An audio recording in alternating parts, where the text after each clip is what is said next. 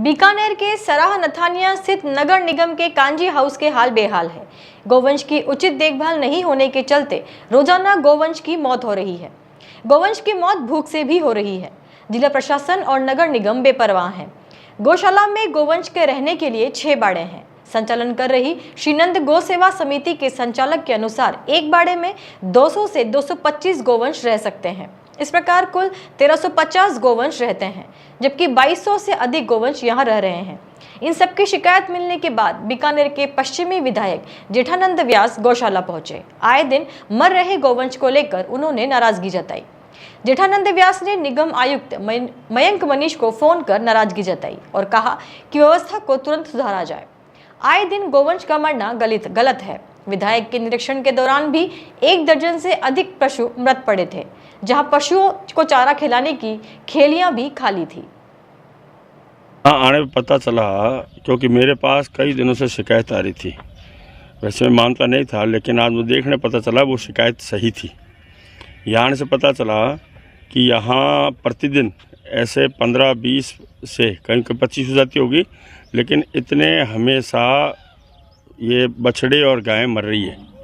ये लगातार ऐसा हो रहा है। और व्यवस्था जैसे देखा जाए तो अभी लगभग 8:45 बजे हैं, अभी तक सफाई भी यहाँ पूरी हुई नहीं। अभी मैंने यहाँ जो सुपरवाइज़र उनसे बात की, उन्होंने मुझे कहा कि हम पहले तो मुझे बताया कि 1 नंबर से बाड़े से हम ये डाल रहे हैं चारा। वहाँ गए तो वहाँ चारा था नहीं, सारे खाली पड़ा। फिर उन्होंने कहा हम 2 में पहले डाल दिया। फिर ये कह रहे हैं कि हम ये डालते हैं जो आता है गीला, जो आता है चारा, हाँ ये हरा चारा, तो वो हरा भी अभी तक एक गाड़ी आई है जिसने एक बाड़े में डाला है, दूसरे बाड़े में वो गई है। यानी इतनी गायों को देखते हुए वो एक गाड़ी भी पर्याप्त नहीं है। और ऐसा लग रहा है जैसे गायों की स्थिति देखिए, ठीक है ना, तो मुझे ऐसा लगा उनको पर्याप्त खाने को नहीं मिल रहा है। पानी की जो खेड़ी देखी हमने जो बनी हुई है, उसमें भी सफाई नहीं है। कहीं तो ऐसा लगा, एक बार तो मैंने देखा पानी बदबू भी मार रहा है, वहाँ काई है। तो ऐसे गायें पानी पीती भी नहीं है, क्योंकि गाय जो है वो हमारी देसी गाय है, वो बहुत समझदार एक है गाय, क्योंकि वो हर चीज़ को जानती है, किसको खाना किसको नहीं खाना। तो इस प्रकार मैंने देखा है कि ये हालत गायों की बहुत ख़राब है। ट्रॉमा सेंटर में मैं गया अभी, तो वहाँ भी कोई स्थिति नहीं है।